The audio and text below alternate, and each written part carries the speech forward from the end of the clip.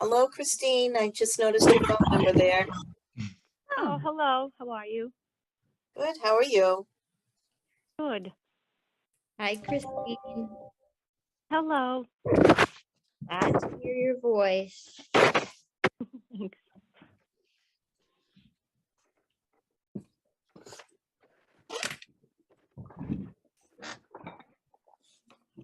Give Jerry another minute or two and then we can get started. And Sean, too. Oh, there's Sean. There's Sean. Right on time.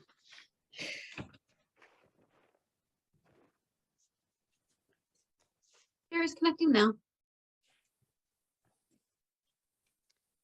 Hi, Schwang. And there's Jerry. Hi. Hey, Sean. Hi.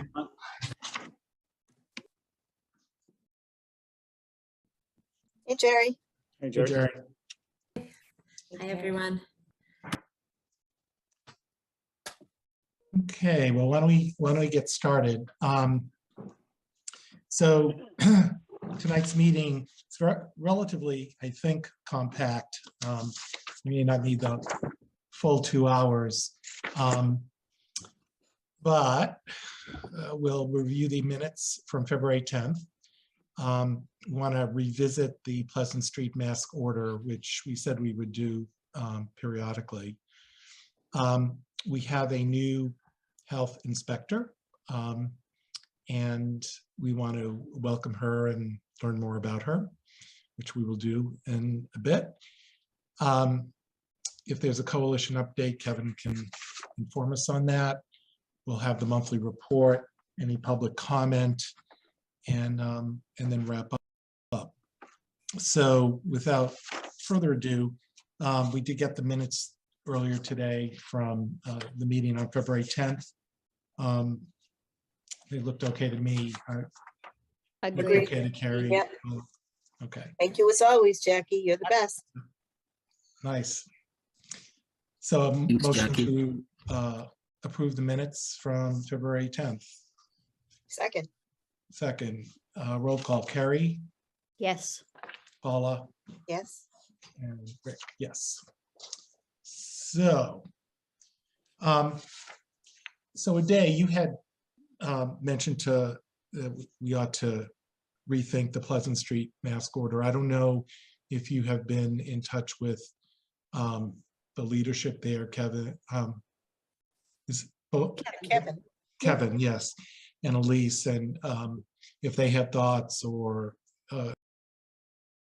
haven't shed any light on this. Yes, I have. Thank you very much, Dr. Lopez, and good evening, members of the board and the general public. Yes, I have been in touch with Kevin, Alice, and the leadership at the senior center. It appears that everybody is in favor of lifting the mask mandate at this point. The numbers are like really low at the moment, and yeah, they're ready to see the masks disappear. Okay. Thoughts on that? I mean, given the new guidelines, I suppose that's that would be reasonable to do. I would mention that I think Christine mentioned at one of our last meetings that of the two most recent deaths from COVID were people in their 80s with multiple comorbidities. And so this is a high-risk population, you know, but leaving it up to the individuals to make those decisions, given the low incidence, is probably reasonable, I think. I don't know what anybody else feels about that or thoughts. I'd agree with that. Yeah. Well, I'll make a motion to rescind the Pleasant Street mask mandate, effective immediately. Do I have a second? Paula will second. Okay. Roll call, Carrie? Yes. Paula? Yes. Brick, yes. I think it's interesting, since the public mask mandate has been rescinded, I still see a lot of people wearing them. Oh, yeah. It's like an appendage. Yeah. Yeah. What I've seen in just in town, and I always use Market Basket as the bellwether, it probably dropped from 95 to 98% wearing them to maybe 85 to 90, but you see most people are still wearing them. Yeah. Carrie, you had a comment? Yeah,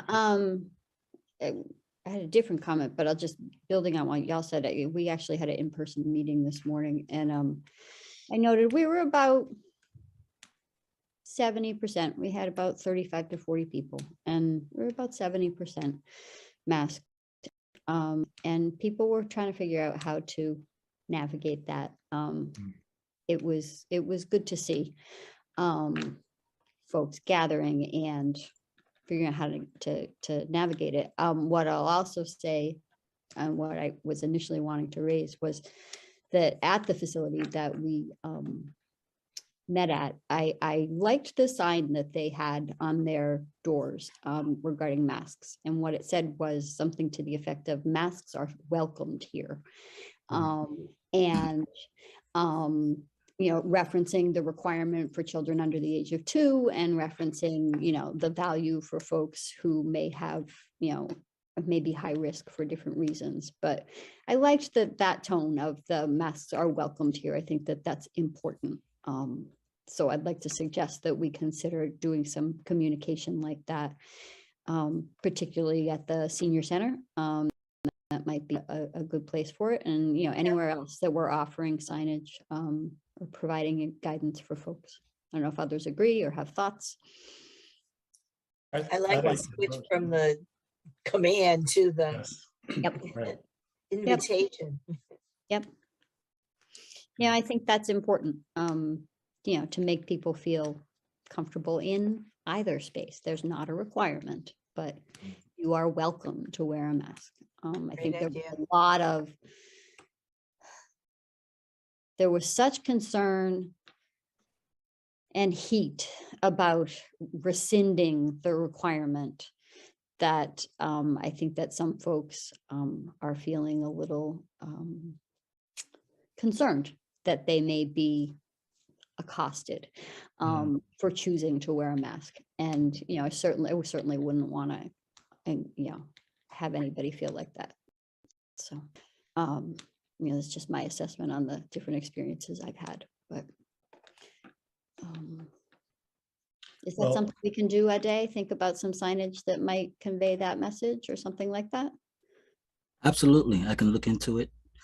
The only other suggestion I would make is if we can, is it feasible to make it a recommendation rather than a strong recommendation to have masks in indoor public spaces?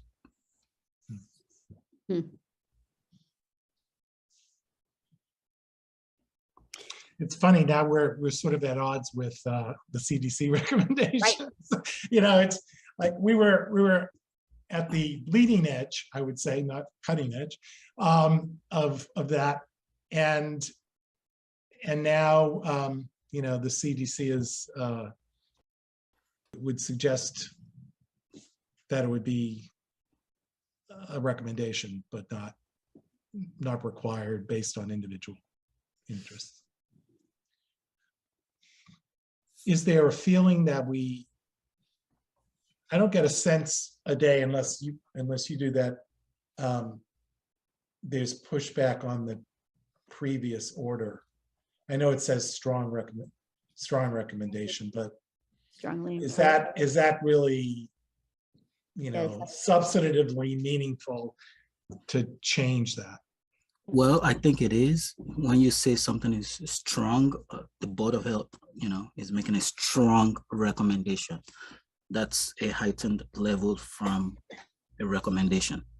So we just don't want to, abuse is not the word, but we just don't want to make light of the statement strong recommendation.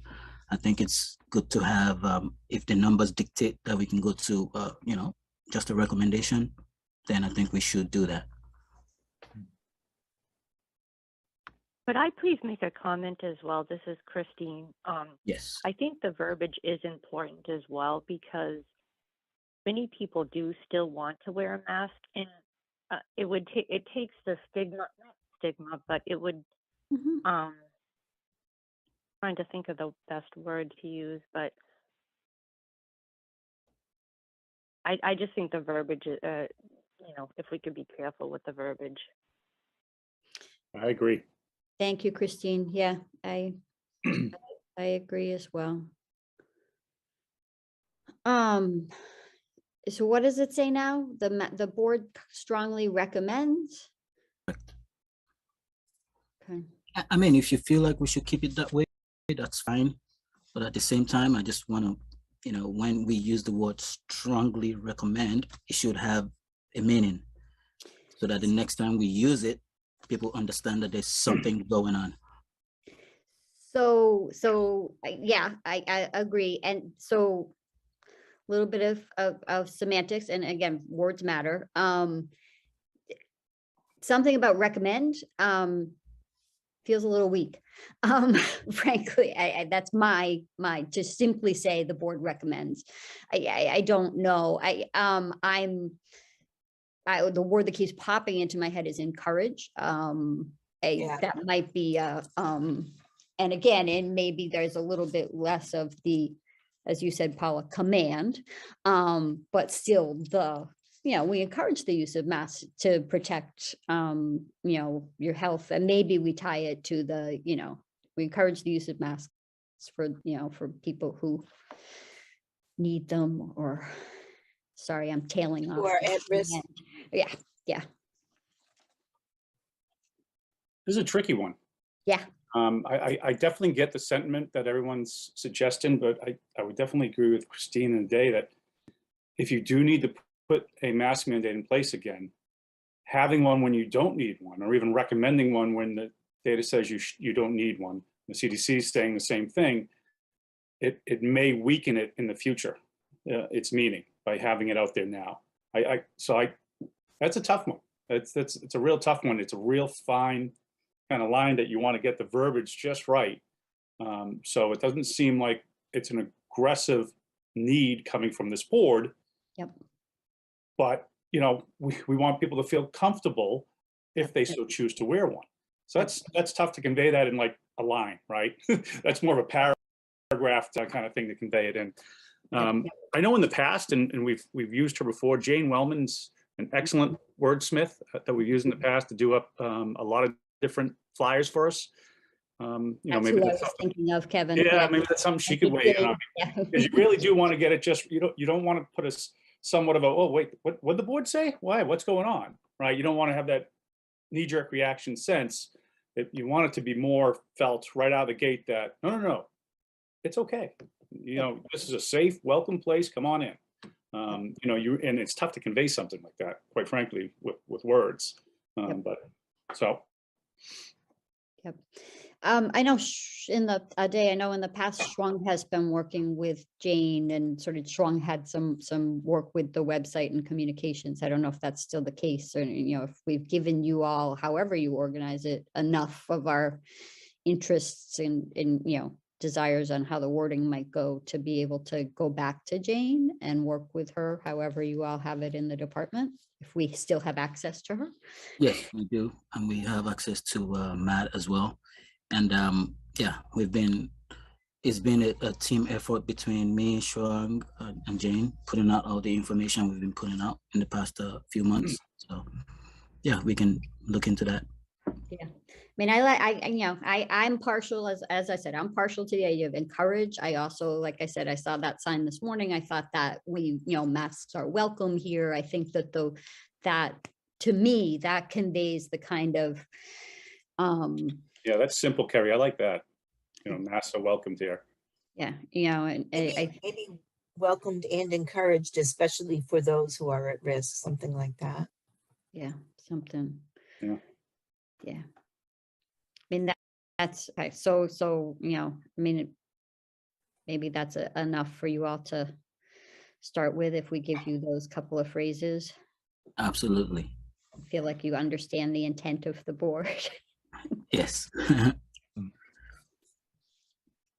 So we don't, that's good. So we don't feel like we have to amend our last vote per se. We can do this through more of a public awareness and public education approaches, or is there a sense we have to go back? Probably we're not ready to do it at this meeting, but go back and relook at the wording. I think if we just use the public awareness, public education approach, it probably would be such. Yep, I agree. I agree. Yeah, I mean, I think it's important that we continue to communicate and not, Right. just stop communicating because the requirement is gone, that the pandemic is not gone. The Right. requirements may be gone and the case numbers may be different, but we are, we still need to communicate, I believe. Agree. Paula. Ooh, sorry, Rick. I was running the show today. Sorry, I'm back. Tying in with that, encouraging boosters. Boosters, yeah. Yes, please. Oh, yeah. Yes. Yeah, good idea, Please, Paula. please. Absolutely. So the only other question I would like to ask is, are we going back to amend the original press release to remove the requirement for the senior center? Are we going to do that? So we had a press release out there that said we're keeping it on there. That was part of the release. Well, remember, like, at the last meeting, we the board kept the mandate for the senior center. Yes. Right. So now that we removed it, are we going back to the press release to edit it to make sure it aligns with Release, what? yeah. Yeah, sure. I mean, it's most relevant, obviously, for the people who use the Pleasant Street Center. So Correct. wouldn't Kevin and his team be the best people to communicate that, because he knows who those people are? And Yes, but it is on our website. So I just want to make sure. it's on our that- website. Oh, okay. Correct. Yeah, Yep. we should change that then. Yeah. Amend that, yeah.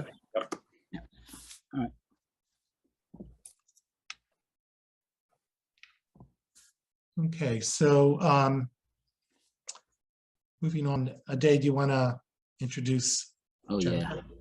yeah. So as you all know, our new health inspector, Jennifer, is here with us today. She started working for the health department and the Board of Health on February 22nd, 2022.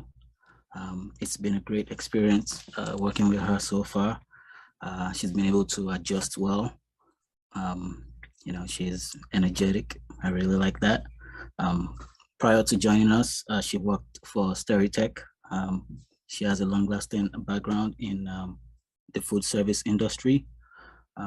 She's highly motivated and willing and eager to learn new things. Would you like to say something, Jennifer? Just get acquainted with the board members. No, I mean, that was pretty spot on.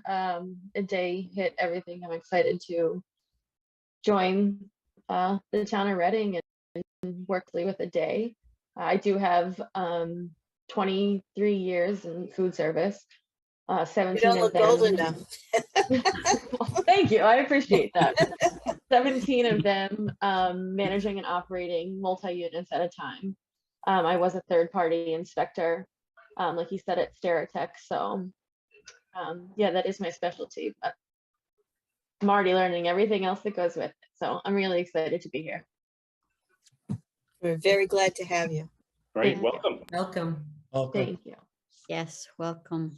Easy. Jennifer, has anybody said the phrase MIHA to you yet? Massachusetts Environmental Health Association?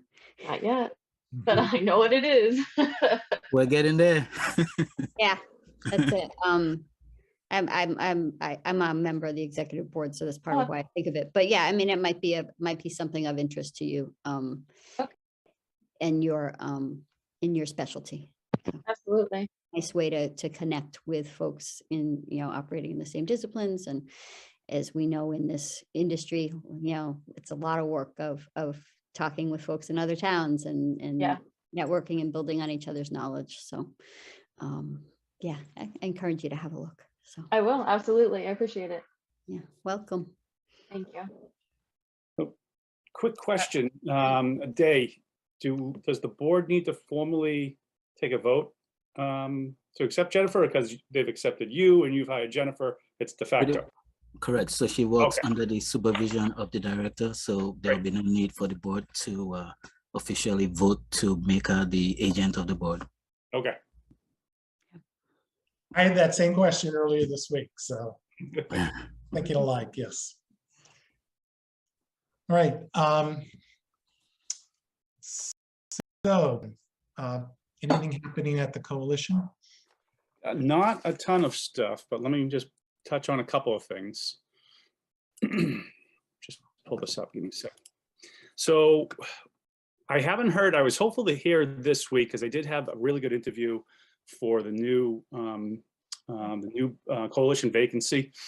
They were hopeful, everybody was kind of doing across their fingers at the meeting that they'd have some news soon. So hopefully they just kept me out of the loop and that person's been hired. Otherwise, that may not be so hopeful, because that was about a week ago now, and I haven't heard back that that position was hired. But they had a great interview. They really thought they had a really good person for it, and they were just kind of waiting on the full sign off, so to speak, on that person coming on board.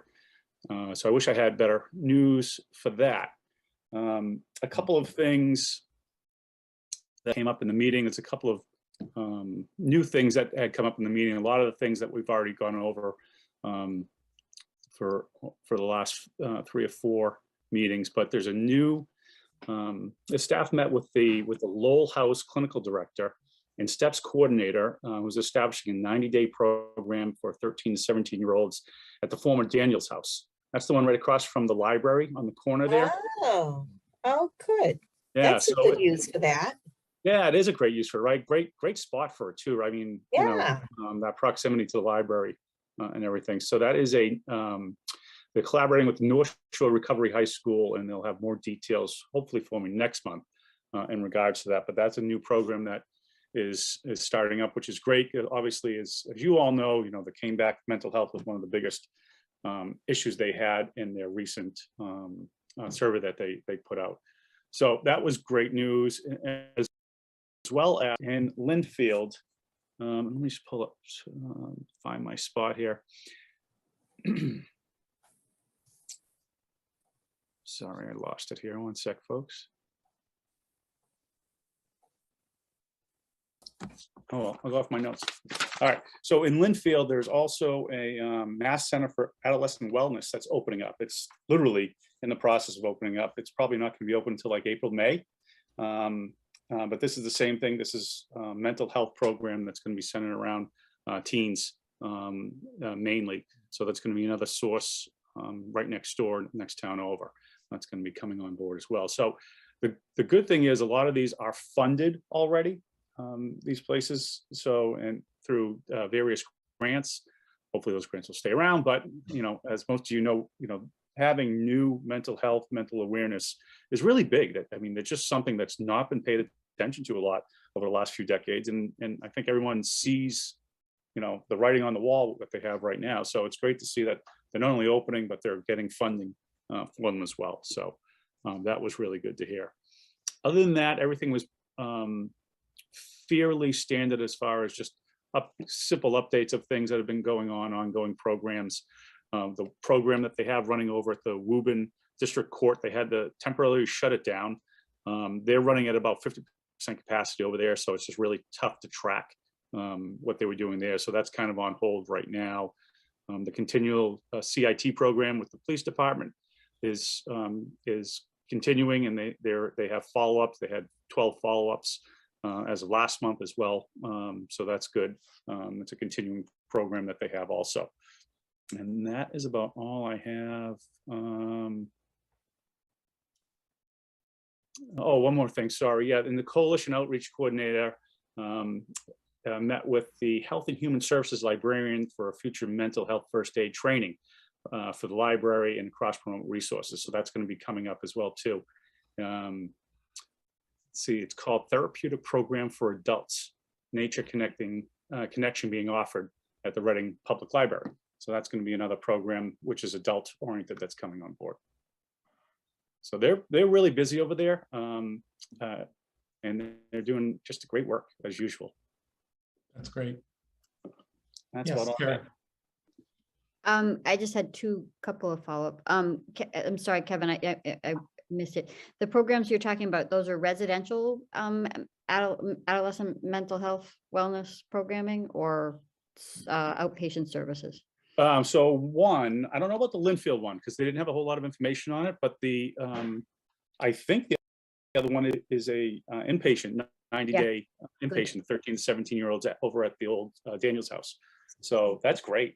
That's because the shortage of beds in my work, I had the opportunity to hear about the impact on the hospital system because there's the absence of beds means, right, and Jerry's shaking her head, she sees the same thing. I mean, that the absence of capacity, particularly with adolescents, is a huge challenge, and identifying places where we can open up beds and increase access is continual work. So really glad to hear that is that is the case. Well, And then I had Kevin, another. do you, one, but I oh, forgot. sorry. No, I no, thought you're you had fine. I forgot. I just didn't know, Kevin, if you had an idea of how many beds they will have there. I don't. I know it's a big facility, so but I don't know that off the top of my head. Okay, just curious. Yeah, Thank you. it's not going to be a ton, that's for sure. But Yeah.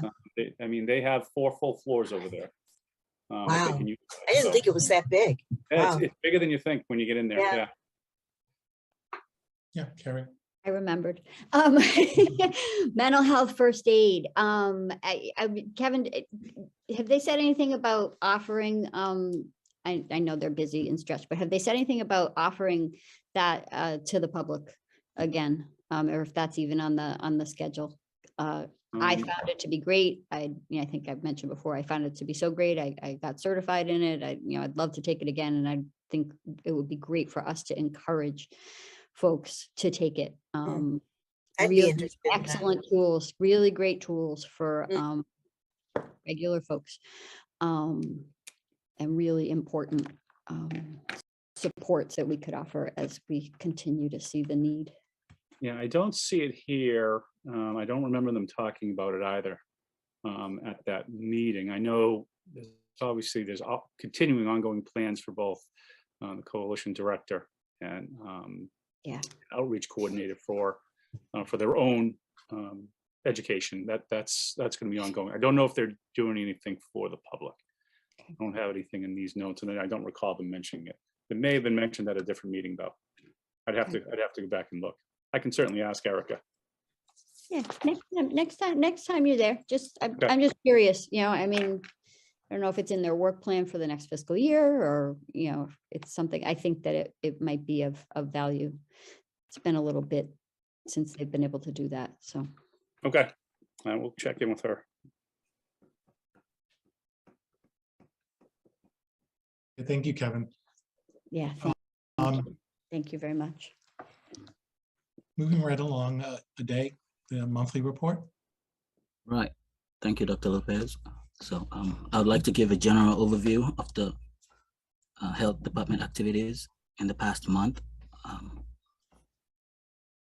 In the month of February, we conducted 6 complaint investigations, 1 pre-operational inspection, 1 food plan review, 1 food establishment inspection, 3 temporary food event reviews, 1 well construction review, 1 septic abandonment review, 2 body art reviews, 2 building demolition reviews, 1 occupancy inspection, 1 COVID-19 vaccination clinic, and 10 homebound COVID vaccine administration.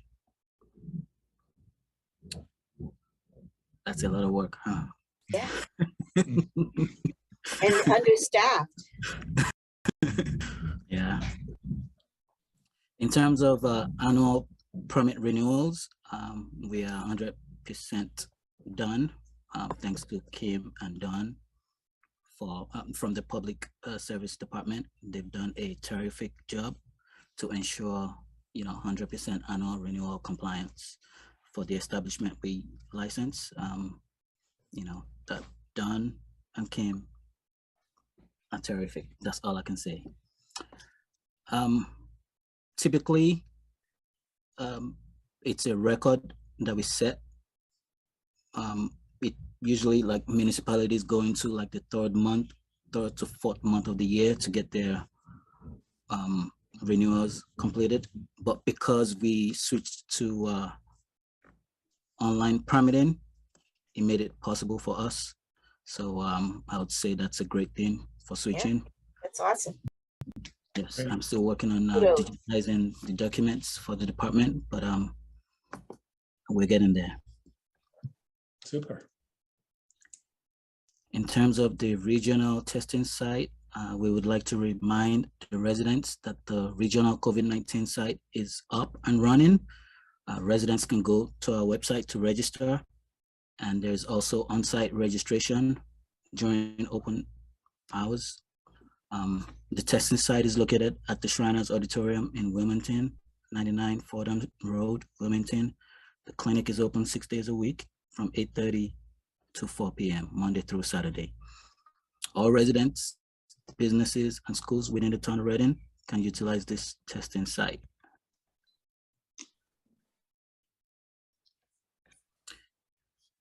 All right, so I'm not sure if you guys remember that we got some funding from FinCom and the Select Board to other COVID tests kits.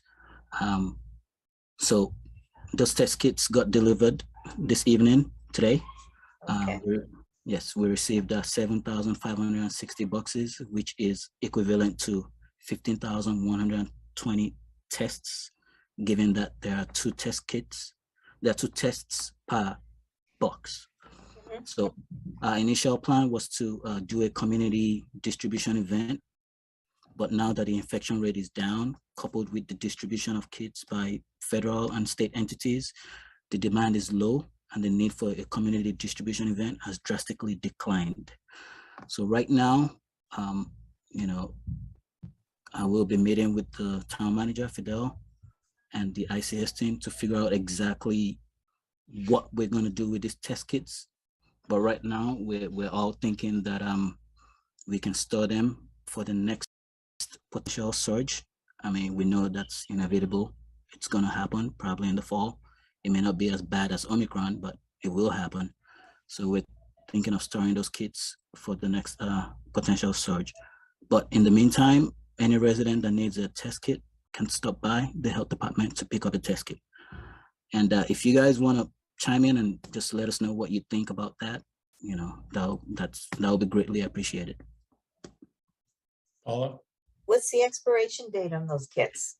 that's what I was thinking. So from what I understand, it's good for 6 months, Okay. but But there is a possibility that they may extend it, the expiration date. So I'm not sure, but right now we're good for 6 months. So this is March, April, May, June, July, August, September. It's good till September. So Yeah, I've heard that as well, Ade, that there is a strong possibility that they may be able to extend that expiration date. They've done it in the past, that it was a conservative date, because yeah. So okay, that's great. 750. Where are y'all sitting on test kits in your offices, or no. we have They started with the adequate police storage department. space? Yes. There'll be no room to sit if you have to store Right. it. Yeah, that's great. You just might want to actually physically look at a couple kits and make sure that they weren't manufactured 2 months ago, and there's actually 4 months left before the expiration date or something like that, because it would be terrible to lose that. Correct. We scheduled a walkthrough tomorrow to actually take a look at the boxes, and I will be going there with the town manager and the fire chief to take a look, and then we'll go from there. I'll keep you guys updated. Yep. Great. In terms of at-home tests, they are now available for residents and staff of senior affordable housing properties in Massachusetts. So each property has been allocated enough tests to supply at least 3 kits for each housing unit within their property. So we have Peter Sanborn Place in Reading, we have Cedar Glen, and we have the Reading Housing Authority. Peter Sanborn Place has been allocated 270 test kits. Cedar Glen has been allocated 450, and the Reading Housing Authority has been allocated 360 test kits. So there are 2 tests per kit. So all you have to do is multiply those by 2 to get the actual amount of tests. In terms of our vaccine efforts, they're still ongoing. However, due to the low infection rates and higher vaccination rates, coupled with low turnout at vaccine clinics, we have decided to slow down a little bit and conduct COVID vaccine clinics once a month. Our next clinic is scheduled for March 11th between 2 p.m. and 4 p.m. at the College Middle School. What do you guys think about that? Is it reasonable? Yeah, I would put a blast out just before to get people to get Yes. their boosters. Yes, it's posted on the website, on Public Health website, Board of Health website, and then on the town website as well. And if folks were getting vaccination before that, before the monthly intervals, is staff prepared to kind of direct folks to other ways they can access it, right? We can administer those vaccinations. Oh, people could Yes. actually schedule something. They could do a little walk-in just on an individual basis. Pretty much, they can give us a call. That's coupled with the homebound as well. Yep. We started our homebound vaccine administration last month, and so far we've been able to administer vaccines to 10 individuals at home. Great. So we would like to use this opportunity to encourage residents who meet the homebound vaccination eligibility requirements to give us a call and schedule their at-home vaccination. The eligibility requirements can be found on our website. Good. But if I have to read it again, I'll do it. Okay. Let me just do it. So the eligibility requirements include: if an individual has multiple chronic medical problems or comorbidities impacting their ability to leave their homes; if an individual requires the use of a walker, wheelchair, or requires special transportation to leave the home; if an individual is currently being followed by a home care nurse for medical care; if an individual experiences significant and taxing effort to leave home and/or requires another person to assist them with mobility and/or transportation to medical appointments. And if you care for those individuals that meet the first criteria, and you're not able to leave them by themselves, then you're eligible as well. That's great. And have y'all been able to work with the list? I know there were homebound vaccinations when the vaccine was first available. You've been able to work with that list and kind Yes, of. we got the list from the senior center, and Shuang and Christine, they've done a terrific job at contacting them and administering those vaccinations.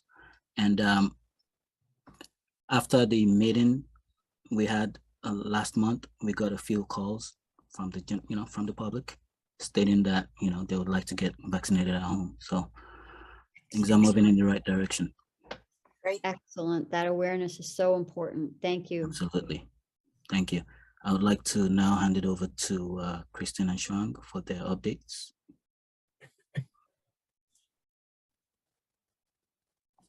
Hi, good evening. It's Christine. This is the weekly nurse report, 2/24 to 3/3/2022.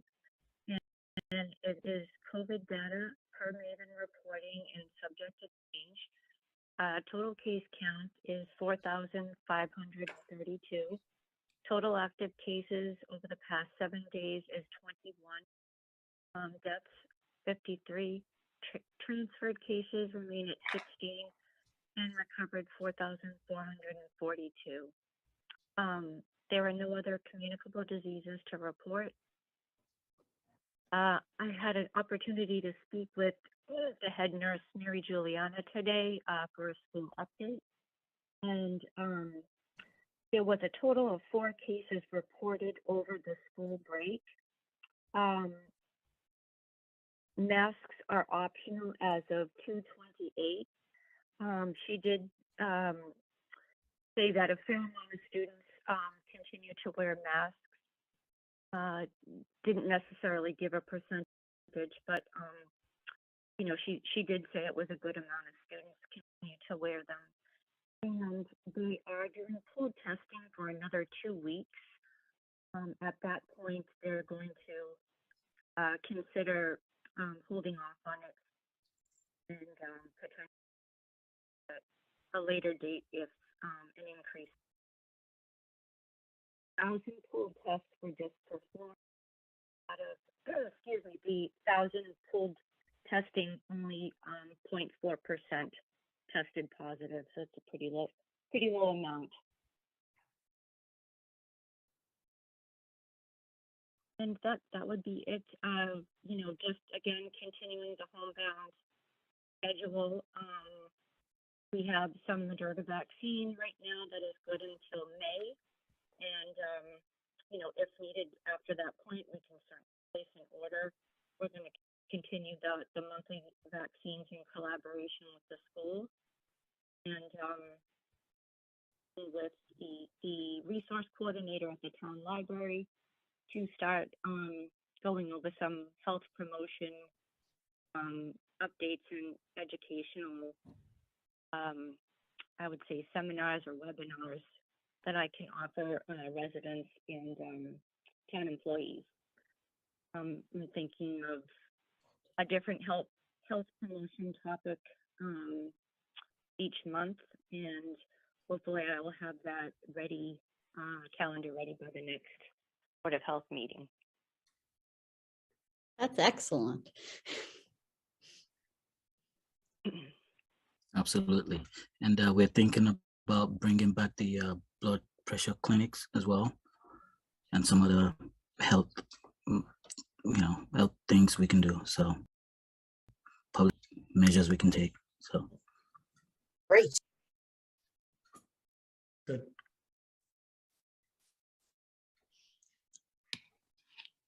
All right. I just have a few updates, and thanks Ade for providing the updates of the website. And I have something for the after action report from the Region 3B Emergency Coalition.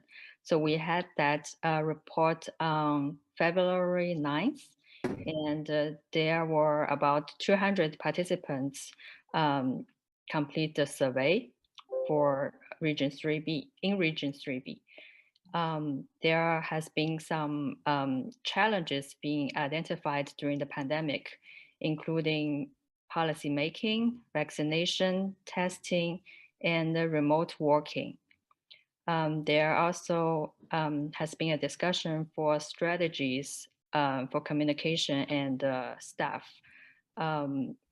People have suggested to enroll bilingual volunteers and interpreters for better communication for those who have language barriers, and also provide basic training for staff. In general, it's a great report. It's identified the challenges in the pandemic, and also can be a great resource to refer for future emergency preparedness. Thank you. Yeah, Carrie. Well, so you're speaking my language totally, but I don't know if everybody else understands knows the communities that are in Region 3B or is familiar with the term after action report. I don't know if you can elaborate on who the partners are, and I know you're chairing that coalition. Is that correct? Yeah. So we have 8 cities and towns, including Reading, North Reading, Wilmington, Linfield, Methuen, Lawrence, Andover, and North Andover. So that's Region 3B.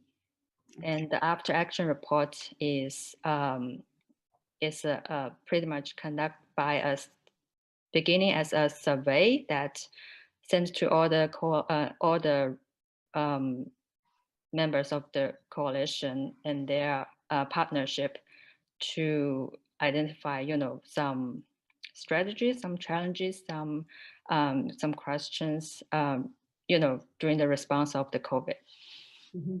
Yeah, I mean, after action reports are a kind of a mainstay emergency preparedness work. It's part of the preparedness cycle that we have, and we always talk about incidents and the response to incidents, and then doing an NAAR as it's a means to learn. Every time you respond, there are things that don't go right, and there are things you discover that you don't have that would be really useful to have.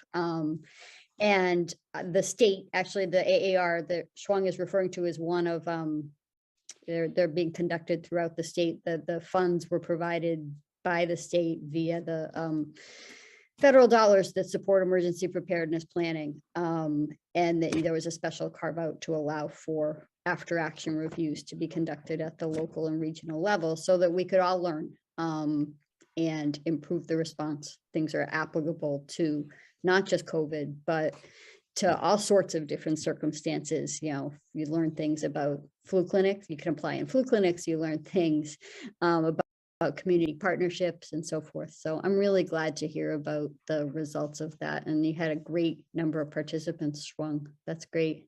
Yeah. Thank you, Carrie. Yeah, thank you for doing that.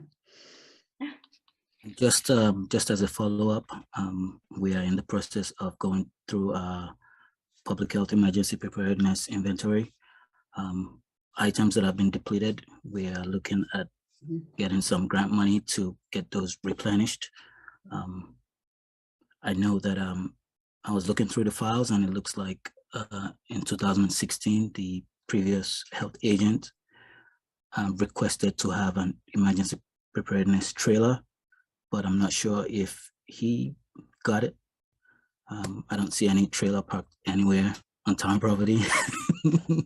So we will be revisiting that to make sure we have everything in place. Good.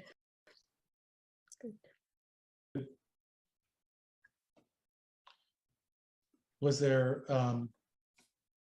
was there any other announcement? No, that's about it. There's a last announcement, but I'll let Shuang make that announcement at the end of the meeting. So. Okay, great. Let's move on. Public comment. I see one member of the public here. I don't know if there is an intent to make a comment. If so, maybe you could put your hand up. Yeah, can you hear me? Yes. Hi, I wasn't. Hi, this is Narcissa. I wasn't going to comment, but something you said earlier has made me decide that I should. I'm just wondering, as far as vaccinations and recommendations regarding that, as well as boosters, how often you and the team update those recommendations based on information constantly coming in now, as far as adverse reactions, even from Pfizer and whatnot, and which populations are most greatly affected, and how that affects the recommendations for vaccines and boosters. Hi, this is Christine, one of the public health nurses. How are you? I Good. think that's a great question. There is a VAERS report that we do review. You know, you do bring up a good question in that it's not necessarily posted on our website, and perhaps the health team and I can sit down to discuss that further. Christine, this is Carrie. Can I just, sorry, Rick, may I? Oh, sure, go ahead. Christine, isn't it the case that the state resources provide information regularly updating sort of what's the status on recommendations, do. changes in intervals, and there, I know there are weekly meetings, I think, where there's information shared and opportunity for discussion with the state lab. Is that correct? So there are weekly meetings. I do believe that they might be going to every other week soon, but yes, that is correct. And I do attend that meeting. So you're strictly relying on the state and not individual information that comes in from the various companies and statistics out there on this? You just rely on the state? I'm just curious. No, I would not say it's just on the state. There is again, it's called a VAERS form, and it does go over different information. No, I'm well aware of theirs. I also know it's underreported, but there has been a lot of information recently, particularly with children and with people ages 18 to basically 60, that where there's a fair amount of adverse reactions worldwide, and not just Pfizer. So I'm hoping anyway that that's being taken into consideration when we're pushing vaccines and boosters.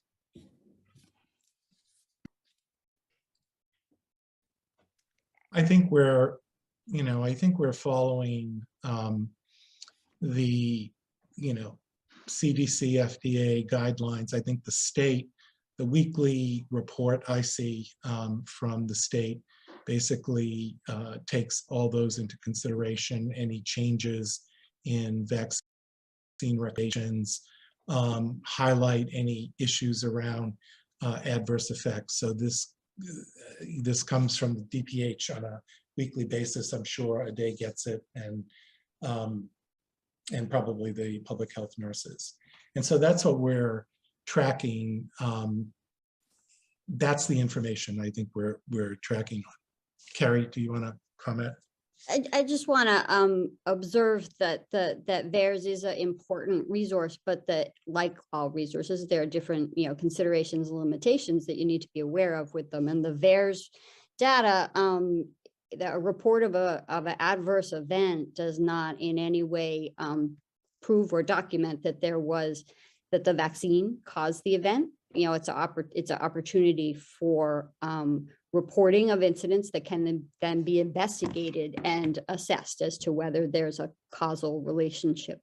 But the raw data that is presented there is not in any way suggesting that there are causal relationships at that point.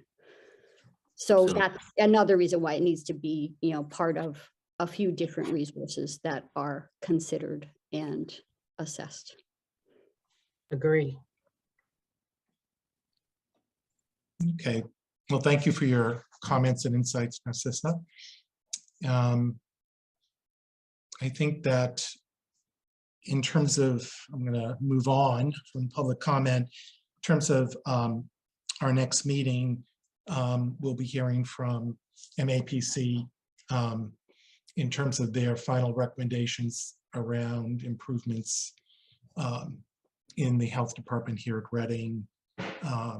And I think that'll be a substantial conversation, and we'll need to, set out a plan of how we're going to, which recommendations we're going to accept, not accept, and how we would implement them. And I think also ADAE may have some updates on some regulations, potentially around swimming pools, or one of the things that ADAE had mentioned earlier in previous meeting was the idea that maybe at every meeting we could review one one set of regulations and update them if appropriate. I don't think the body of regulations that the Board of Health in Reading has adopted has really been regularly reviewed and updated. And so we'll take a little bit at a time and kind of work through that. And as always, if people have thoughts around other agenda items, let me know or let Ade know, and we'll make sure we get them on. I Yes, just want Karen. to Go ahead, Right. Ade. I just want to make a quick comment on the direction we're going at this point. Given the lower rates of infection, COVID infection, and the lower demand for vaccinations and things like that, we are starting to shift focus into more of the environmental health aspect of public health. We know that the season is about to change. We're about to get into spring. We're going to start getting different environmental health complaints like, rodent activities, trash, nuisance complaints, overgrown vegetation, and things like that. So we are trying to move in that direction. We're not forgetting about COVID. That's not what I'm saying, but we're trying to put a little bit of more emphasis on the environmental health aspect of public health. Great. Carrie? Yeah, I just had two things. And one is just kind of building on what you said, Ade. Yes, of course, everybody's trying to rebalance their loads and address, and that is important. But I'll also say that one of the things that we as a country continually do is we have crises, particularly in public health. We respond to the crisis and then we put it aside and we move on, and we don't learn from the things that went well and things that went poorly, and we don't retain the culture of preparedness that we really need so that we're not caught off guard and doing like Kevin was having to do at the beginning of the pandemic 2 years ago, and along with the other board members, and meeting daily, and in such a in such a reactive fashion. So I just will fully support what you're saying of not forgetting about COVID, and will also continue to be a voice of remembering that preparedness is exactly that. It's preparedness. It's not responsiveness. Our job is to be prepared and in a reasonable way. So that's the one. And then the other is just in reference to your remark, Rick, about other agenda items. I do want to make sure that we keep in front of us a opportunity to discuss what kinds of criteria we would be considering, or what kinds of things that we want to be considering if there were an instance where there was a surge and we needed to consider a mask discussion again. I think that that's very important. I think, we clearly had some strong discussion of what are the right factors. There's been a lot of debate about can you identify what are the right factors. And I just, again, in the vein of preparedness, we ought to be ready, do a little bit of work based on what we've learned and be prepared to have a conversation again, and not have to be pulling out our minutes and digging around and trying to remember what we agreed on or what we, thought was a problem or wasn't, so I do want to encourage that we have that at some point. I'm thrilled that we are in the place that we are with cases continuing to decline. And I want us to be prepared. Yeah, I think it's reasonable to circle back to that at some point in the next few meetings and do that. Thank you.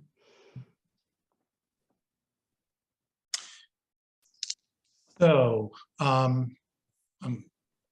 I think we're done. Before Did you you- adjourn, question on next meeting. Yes. My understanding that April 1 has not been extended today. Is that true for the remote meeting? It's been extended to July, I think 23rd or something like that. Oh, it has been extended. Okay. Correct. Oh, it has been. Okay, I didn't know that. It's recent, very I was recent. gonna say, I when just did they heard put about that it. up? I didn't hear No, anything about it. I just heard about it actually, Today. on a state, I think I heard about it on a state meeting on Tuesday, or that the vote was pending, or, yeah, I mean, it was very, very recent, yeah. Sean has an Nope. announcement. Yeah, thank you, Ade. As you may know, today is my last day as the public health nurse at Town of Reading. It has been a great experience of professional and personal growth for me. It was truly great pleasure to work with all of you, and thank you so much for making this journey a memorable one. Thank you so much for your support and help. I greatly appreciate it. Oh, Shuang, Wow. Mm. I'm sorry. I'm sorry to hear that. I mean, I guess, you know, if we'll miss you. I hope that we, I don't know, we offer you congratulations on your next move, but, oh. Thank You have you. been such an asset and we appreciate all your hard work. Yeah, you'll definitely be missed. Thank you. I will miss all of you, and sorry about the last minute notice. And thank you so much. We wish you every success. Absolutely. Thank you. We hardly knew you. In person, anyway. I got to meet Shuang. I don't know, has anybody else? I did too. Oh, I right, did. at the clinics. Yes, of Yes. course. Yeah, right. But, yeah. But you always have a mask on, so it's I nice to know. see your face. Wow.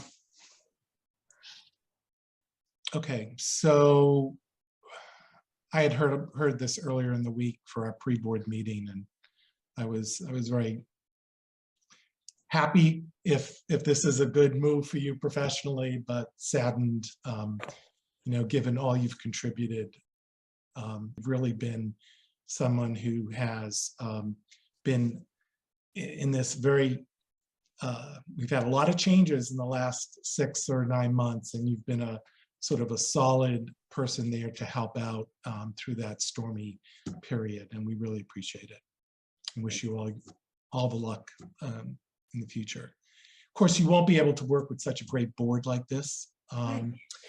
It'll be hard to find someone, such a great group of people, but hopefully you will.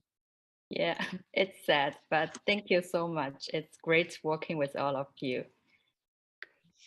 So with that being said, I will be working with HR to post the position first thing next week. I will keep everybody updated on the outcome. Thank you, Dave. Thank you. I'd like to make a motion to adjourn the meeting. Do I have a second? Second. Go, Carrie. Roll call. Paula. Yes. Carrie. Yes. Rick, yes. Good luck, Sean. Bye, Yeah, everybody. good luck, Shuang. Take Good care. luck, Sean. Good luck. Bye. Bye. And Thank you, Jennifer. thank you all. Yeah. Thank you. Bye, Jackie. Bye. Good night. Night. Good night.